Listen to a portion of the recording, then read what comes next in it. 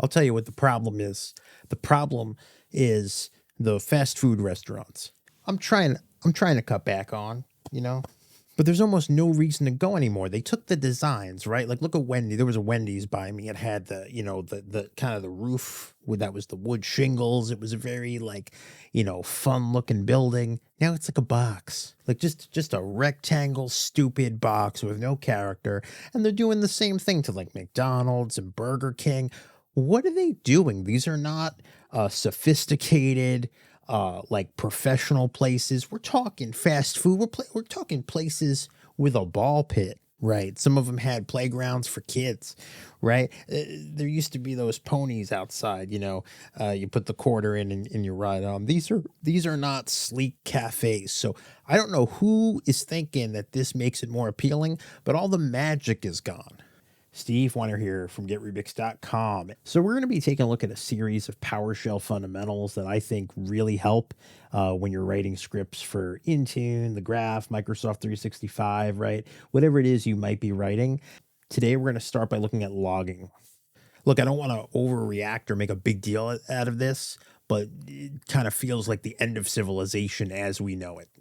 And the Happy Meal toys suck now too.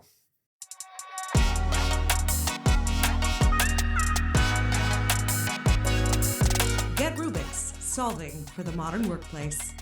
So the first thing we want to make sure we have in every script is logging. Now, there's a few components to logging that I want to talk about. Can I make this a little bigger? Probably big enough. And actually, just so I don't accidentally cover anything up, slide over here. Okay, perfect. I definitely won't get in the way now. Well, in here, no, but out there, I'm definitely going to be in the way. Okay, so the first part of logging that, I find helpful is to create a log function. Now, a lot of us do this write output, right? Which we can do, and that helps with transcribing things.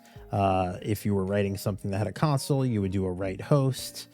But honestly, the problem is how many times when you write code, you're going to, write output something here. Write output, you're just going to keep writing write output. And the other thing is, especially if you want to have good data in your log. So for example, I really like being able to have, something like 2025, 0211, and then we do something like, 1400, or we could say like, 1104, 27 seconds PM, right? And then we have dash something happened, right? So a lot of scripts I saw would have this, and I thought that was so cool. So instead of writing this out all the time, right? Obviously not the date, but writing everything, we create a function that does this for us. So I would put this at the beginning of my script. So function, we would just call it log.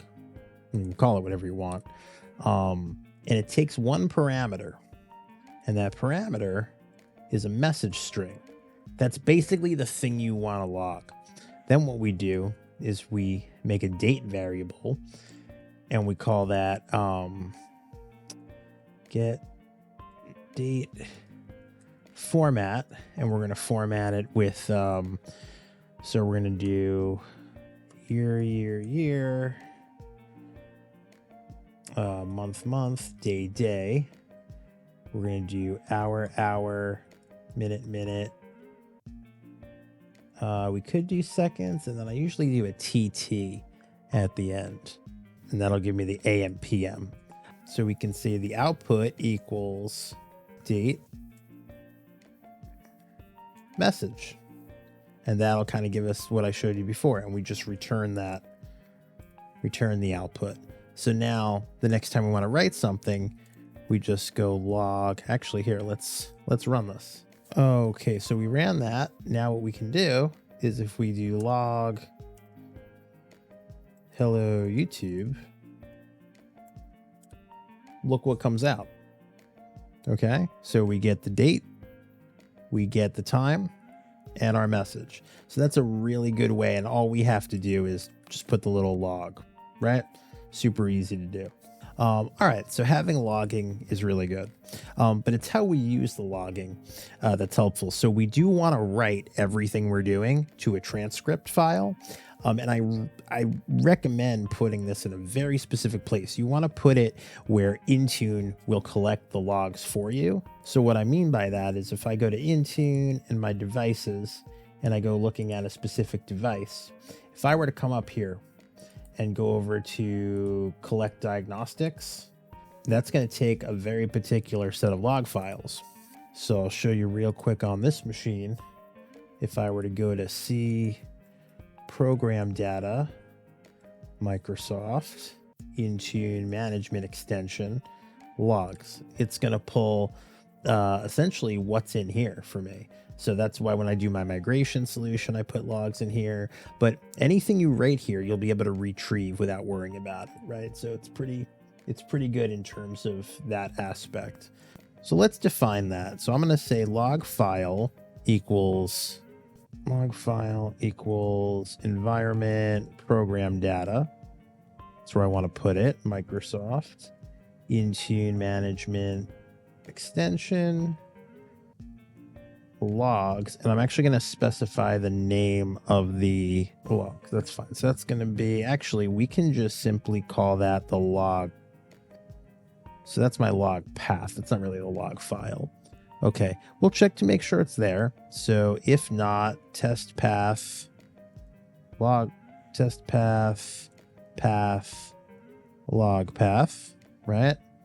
So if it's not there, we're going to create it. So we're going to make a new item, path, log path, item type is directory, and we can enforce it.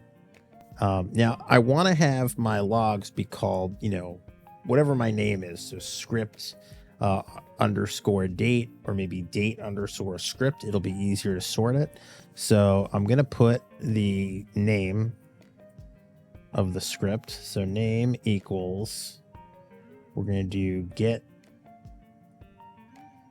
So I'm going to do a get date format. I'll put the year, month, day, underscore, hour, minute. And then what I'm going to do here is I'm going to do a plus script.log. Okay, so that's going to be the name of our log. In fact, we could even be very specific and call that log name. All right, let's run what we have so far and watch that work. So if I call the log name, take a look at that. That's exactly how I want it to look when I output it. So let's add some logging. So we have that. So the best way to log is to start a transcript. Start a transcript. The path will be log path, and we'll call it log name. I like append because that'll keep adding logging to the same file. You could do that. But in this case, they're going to all be different because they're going to have different times. So we'll just do a verbose parameter and we'll just log. This is the start of my PowerShell script logging. And to stop a transcript, simply stop transcript. So if we run the whole thing, we should end up with a log file with a very specific date timestamp that has one log line written in it. Okay, so let's run this. Actually, I just realized between the hour and minute in the name, the colons aren't allowed. So that's going to cause us a problem. So I'm going to switch that to a dash. So hopefully that doesn't give us a problem. Let's run this. All right, I'm going to go to my folder now. See program data. There it is. So take a look at that. We have date time script.log. And if I open that up, so help, log level normal, path, whole lot of stuff here. And here's our log. Here's our log at the bottom. So that's our line. Date, time, right? Down to the second, this is the start of my PowerShell script logging. So now you have a very professional looking, very organized log that's easy to read and easy to keep track of. So if you do multiples, so I'm going to make another one. Let's go back. See, I have a second one for 1133. And if we wanted to get more specific in case we were logging several things, you could build the -ss there. So if I run this, now I have the seconds. So if I wanted to keep pumping these out, they're not going to overwrite each other. We just have all different, logs. Not that I would recommend that. In that case, I would recommend doing something called appending.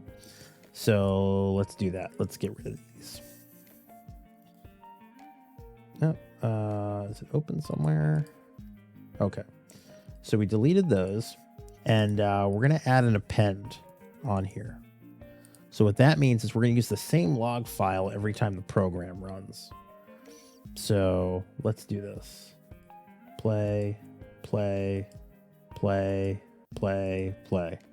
Okay. So if we go here, we're only going to have one. We're only going to have one, but that's going to have several entries. So if we open it up, take a look. So the first one, this is the start of my PowerShell script. Transcript ends. Then it rolls right into another iteration. This is the start of my PowerShell script. Logging. And it just keeps doing it. So logging is super important to PowerShell scripts because otherwise you have no clue what's going on. And I know because when I first started my journey, I was only concerned if things would work or not. And if they didn't work, I didn't care why. I would figure that out myself. Very, very not smart thinking on my part. And it's not always easy to be good at logging, right? Because how do you know what to log or how to log or the best way to log? So there's, all different things that have, for me, become fundamental that I put in all my scripts now. But I want to go over those and help you kind of build on those, basic skills that should be in all your scripts. And there's a really easy way, especially with Intune, to make sure that you have a way to go back and recover what happened, because it's going to save you so much time when things go wrong. Let me know your thoughts, what questions you have in the Discord. Just obviously going to be more coming, and we'll be seeing you.